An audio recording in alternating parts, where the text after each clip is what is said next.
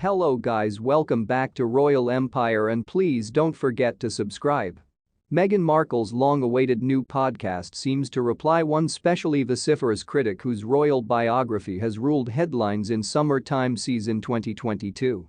How Meghan's veiled swipe at Palace fits with everything else we know. How Meghan's veiled swipe at Palace fits with everything else we know. Meghan's dish soap story boring and self-aggrandizing. Meghan's dish soap story boring and self-aggrandizing. Meghan Markle's podcast doubles down on story disputed via way of means of biographer. Meghan Markle's long-awaited new podcast seems to reply one specially vociferous critic whose royal biography has ruled headlines in summertime season 2022.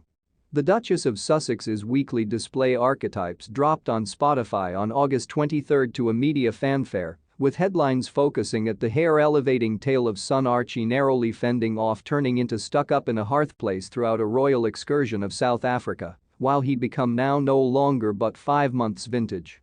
However, without fanfare or direct reference, Meghan's beginning display had the impact of clapping again at a biographer whose broad-ranging accusations crammed information websites in July.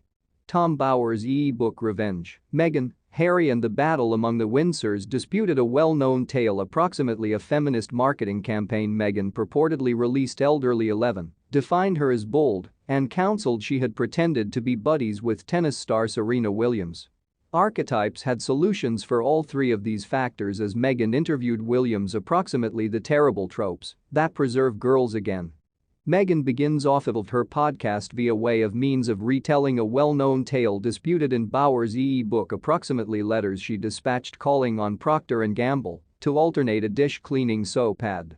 The anecdote become one of the tales to emerge approximately the Duchess with inside the early section of her dating with Prince Harry earlier than they married. An ad for Ivory Clear dish cleaning soap had said girls are fighting greasy pots and pans, Maine boys in her college to suggest it really is wherein girls belong. In the kitchen, the Duchess said. Meghan says she wrote to the company, in addition to Hillary Clinton and others, calling for an alternate to the sexist wording. Bower counseled Meghan had piggybacked on a far wider marketing campaign, adding, "There become no proof that her letter become even read." Here, Thomas Markle knew that lots of American girls had been further annoyed. Many had dispatched protests to Procter & Gamble. With her father's encouragement, Meghan joined the bandwagon. She wrote to Procter & Gamble's chairman and additionally to Hillary Clinton, the First Lady. Like different protesters, she advised that the slogan ought to be modified to people throughout America. After she obtained no reply, Thomas wrote follow-up letters annoying that the agency and Clinton well known his daughter. Nothing happened. Using his contacts, Thomas organized for Linda Ellerby, a bunch on Nickelodeon, a kids' TV channel run via way of means of Lucky Duck Productions, to file Meghan's protest at her college.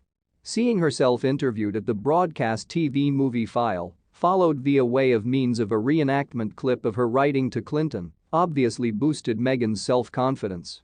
Some weeks later, Procter & Gamble bowed to the lots of protests and modified the advertisement's strapline.